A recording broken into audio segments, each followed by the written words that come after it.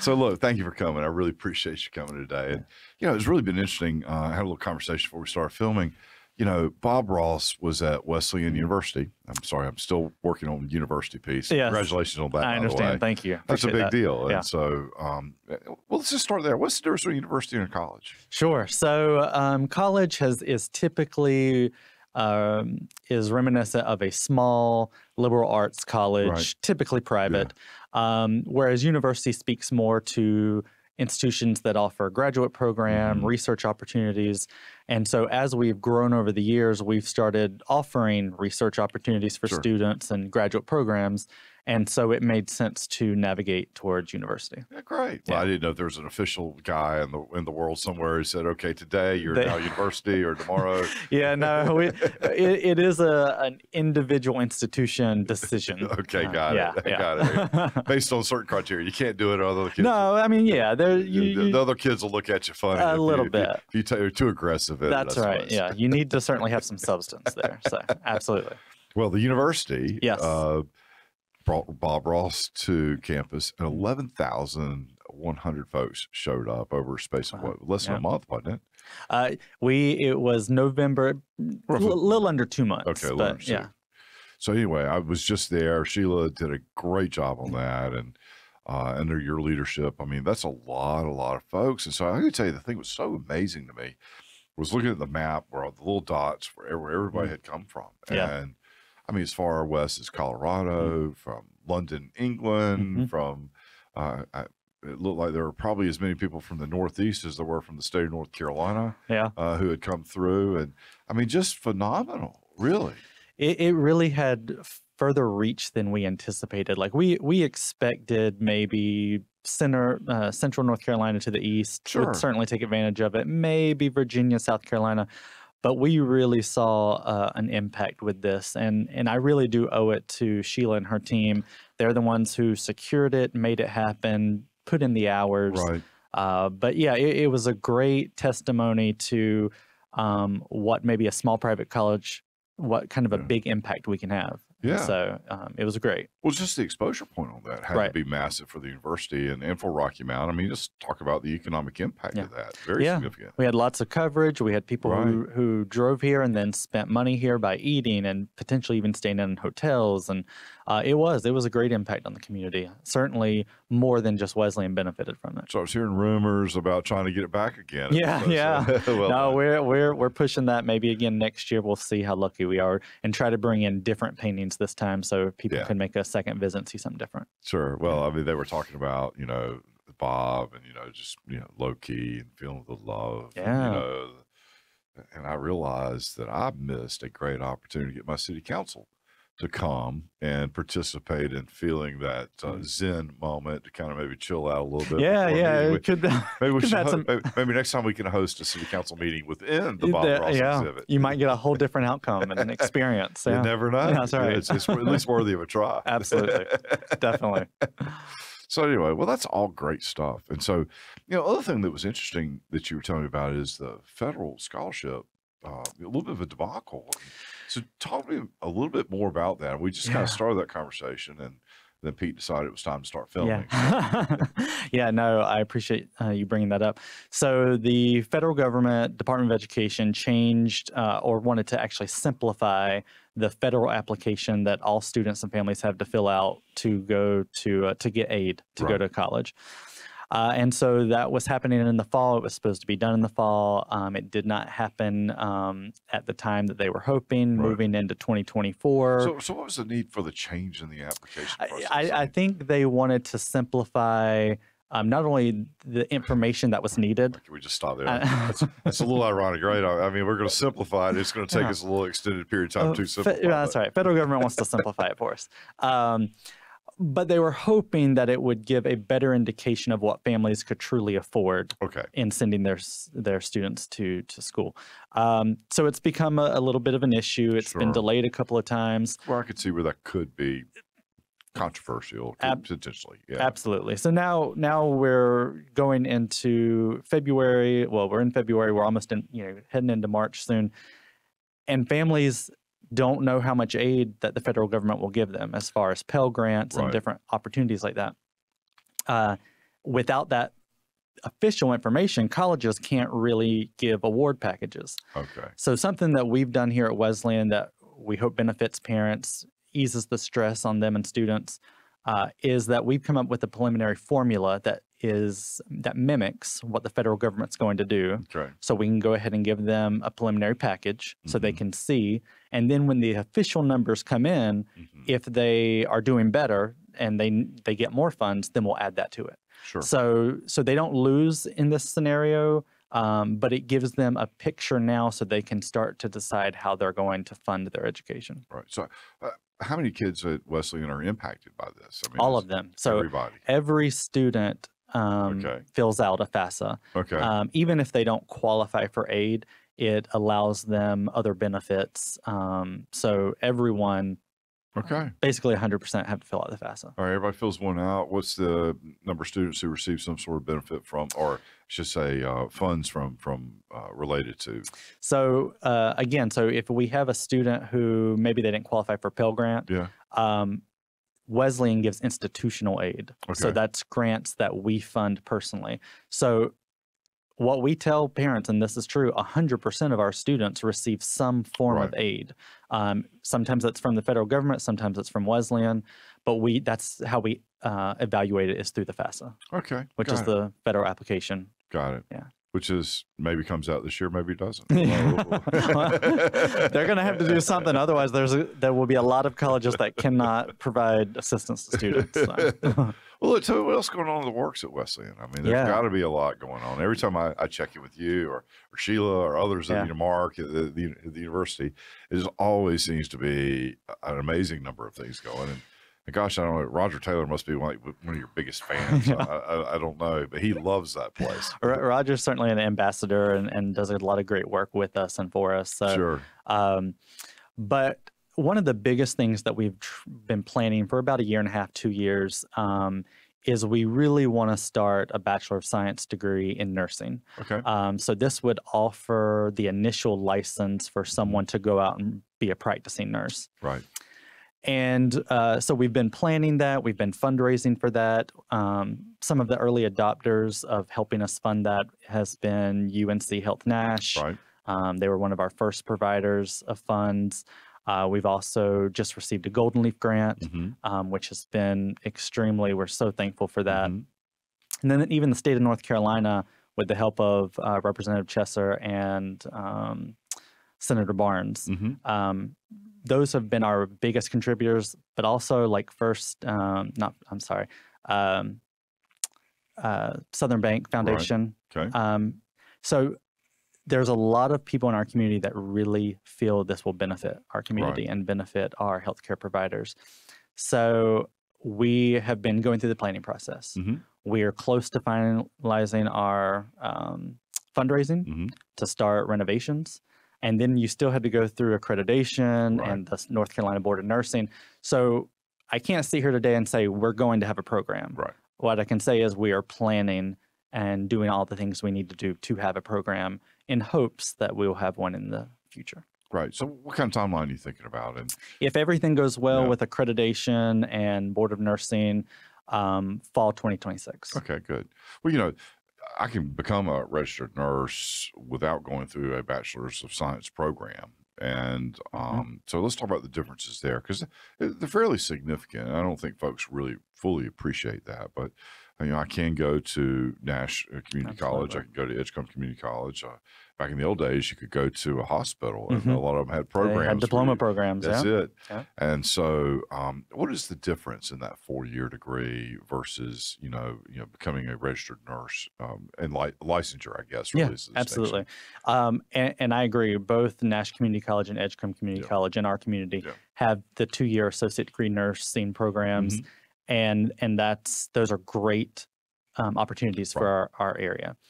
Those nurses who go out and get that license and start working, they can come back through our RN to BSN program. They're a practicing nurse, they're working to get their bachelor's degree. That helps them with promotion opportunities, working in areas that they wouldn't be qualified with just a 2-year degree. But the student who wants to come in as right out of high school and wants to spend 4 years and get their 4-year nursing degree. A lot of times it is for people who, like a lot of our athletes, student athletes Okay. in women's soccer and volleyball, they want to major in nursing, Okay. but they don't end up choosing us because we don't have that program. So these are people who would not have gone to the community college route anyway because they play a sport. So it's identifying those opportunities. And then you also have students who are qualified who apply to other schools and they don't get in for any number of reasons, but it's not due to qualification. So having an additional program supports filling that gap of those who are denied entry in other places. Sure. Okay. Got it. Well, I think it is a tremendous asset, and I think it will benefit our community without doubt. In fact, we have just a shortage of nurses. Always have. I don't remember a time when anybody said, "Oh gosh, we got too many." Too many. I don't know that we'll ever be in that situation. Well, not in my lifetime. Yeah. Not based on the current trajectory. Right. But anyway, that's just fantastic. So what else is going on? What are the new headlines at Wesleyan? Our faculty recently approved our 5th master's program Right. for exercise science, and that will be our first residential graduate program. Right. So more traditional students who finish a 4-year degree in science or exercise science would come and work Okay. on our campus with that program.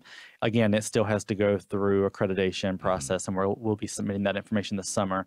So how long does it take to go through the accreditation process? I mean, and that feels like that would be a little, I don't say subjective, but I guess it kind of is. They do give, just like with with anything, they do give guidelines, right? But the committees has their own interpretation if you meet those guidelines. Sure. Well, and you, at some level, you're sitting there with your team and saying, okay, what's it going to take to prepare somebody for X, Y, and Z, whatever that is, right? What do you really need to be proficient and even beyond proficiency, be able to excel in something? And everybody's got a little different thought on that, right? So, absolutely. The good thing is we have been well prepared in that our RN to BSN was approved. Right. Our other graduate programs have been approved, first pass.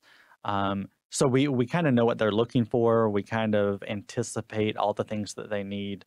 But the process in and of itself, it typically takes about a year to plan the program, get it approved, and then SACS, our accreditor, Southern Association of Colleges and Schools, they accept applications twice a year. Okay. And you submit, and within that 6-month time frame, they determine if they're ready to approve you or if they need additional information. Okay, I got it. So, and then additional information look like what? I mean, additional coursework. I mean, and how does that? I mean, how do I describe a course exactly? I mean, it's one thing to say I'm going to provide whatever. Physiology, and there's another. So, what does that mean? Well, what it means from an accreditor standpoint is not only do you have to show learning outcomes. What are they going to learn in this program? You got to demonstrate how you will assess those learning outcomes. Okay. So if you say a student will be proficient in this, how are you assessing that? Are you assessing it through exams? Are you assessing it through practical experiences? How do you assess it? And then how does that assessment then go back into making the program better? Okay. So you got to demonstrate that. You have to have a continuous quality improvement process built into it is sort of the idea. Definitely. And that's their big thing is QA. And they want to make sure you have qualified faculty. Do they have degrees in the content that you're teaching? Right. So they look at faculty, they look at assessment, they look at the financial well-being of the institution, and do you have the means to offer such a program? Right. Do you have the resources from the library and the different things that are needed? Do you have the equipment, depending on the type of program? So you really have to demonstrate that you're not just kind of throwing something out there and it may or may not be, you may not have the resources for it. You really have to demonstrate. What I'm hearing is a real capital commitment to make it happen. I mean, I can't just, improving library resources, those types of things are no small task. You just flip right over them, but they sound like real money to me. It is. I mean, in some ways, it's easier because you can say with library, we have these digital resources, and so it's not physical. Right. But it's still an investment if you don't have the. Yeah, I know. it's still an investment in some ways. That sometimes it's not always physical, Right. but you have to show that you have the resources, definitely. So you've been there now 5 years as president? 5 years as president. Yeah. Summer 2019 is Yeah. when I came in. I've been with the institution 13 years Yeah. total. And just in the last 5 years with graduate program growth, the number of new donors. Right. So it's not just total giving, but attracting new people to care about our vision and what we're trying to accomplish with students and with our community. And then trying to be a true community partner and get involved. And a lot of times our students are working with volunteer organizations, and they're in classrooms in our community. And so we're just trying to demonstrate that we're a significant contributor to the community. Well, so how have you found the building that contribution or contributor list? Because look, I graduated from a small private college, Hammond Sydney up in Virginia, and you're always fighting that you need the alma mater needs to constantly be touching the alumni. How do you build that up? I mean, you've been around for 68 years, which is no small number, but it's certainly it's only 68 years worth of alumni, right? Right. So, It's different than an institution that's been there 150 years. that's right. And a lot of our alumni are working adults because we serve two populations. Okay.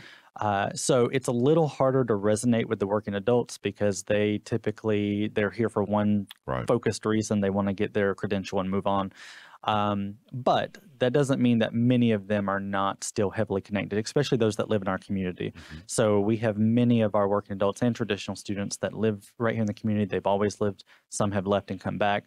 But it's getting their buy-in on new things. So we surveyed them before we changed to university to get their opinion on it, to see how they felt about it. That type of engagement and buy-in helps them to stay connected and resonate with the institution, even though they're no longer physically there.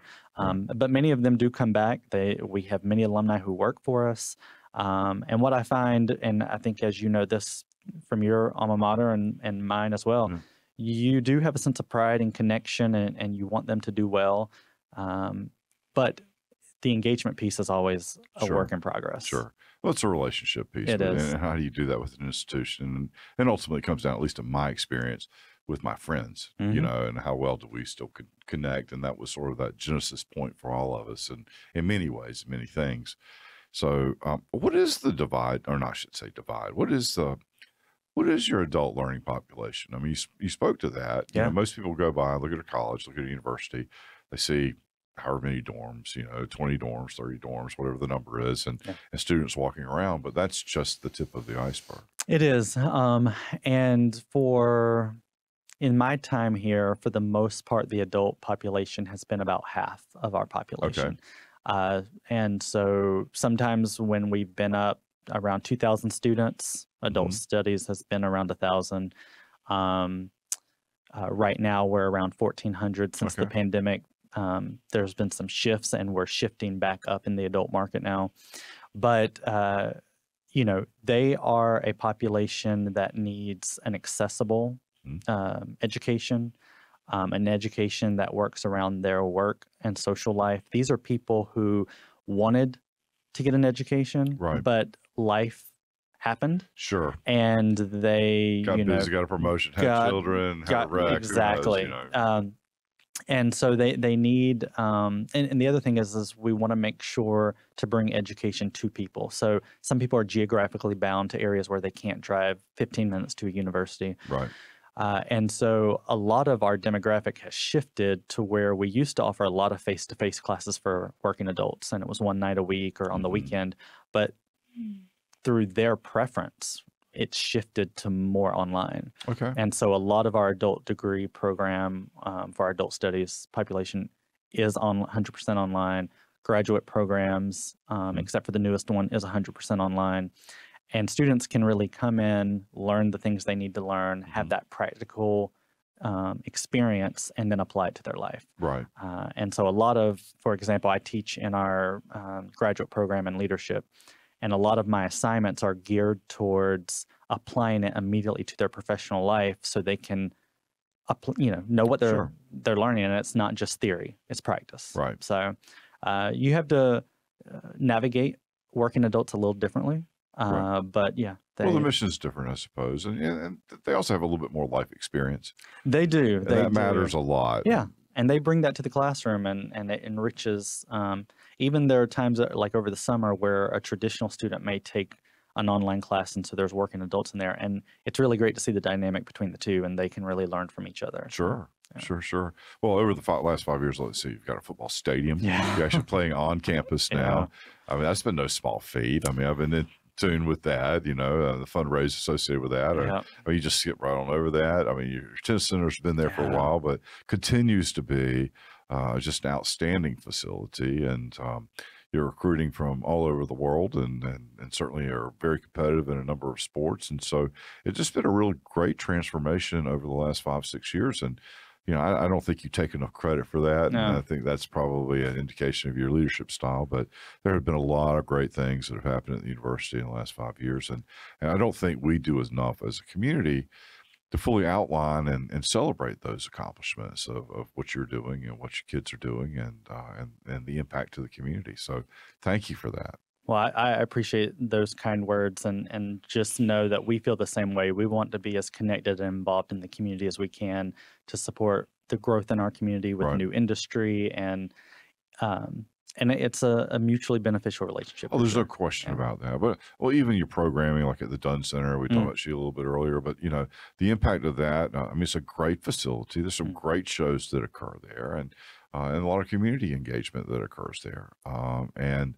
Everybody talks about Wesleyan being so far away, but last time I checked, it's like 2 miles.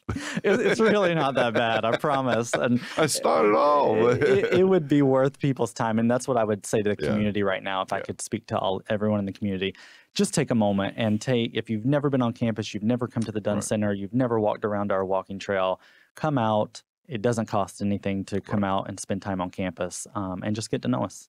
and I think maybe it felt further before the Thomas Betts Yes. Beltway was built, Parkway was built, because you had to kind of Maneuver in meander different around. ways. You Yeah. had to but there's a straight shot from pretty much anywhere in town now. It is. And we invite and encourage people to come visit with us. Look, thank you for coming. I really appreciate your time. I appreciate all that you're doing.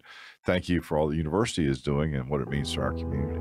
Thanks for having me, and we appreciate everything you do as well. Thank you. Thanks.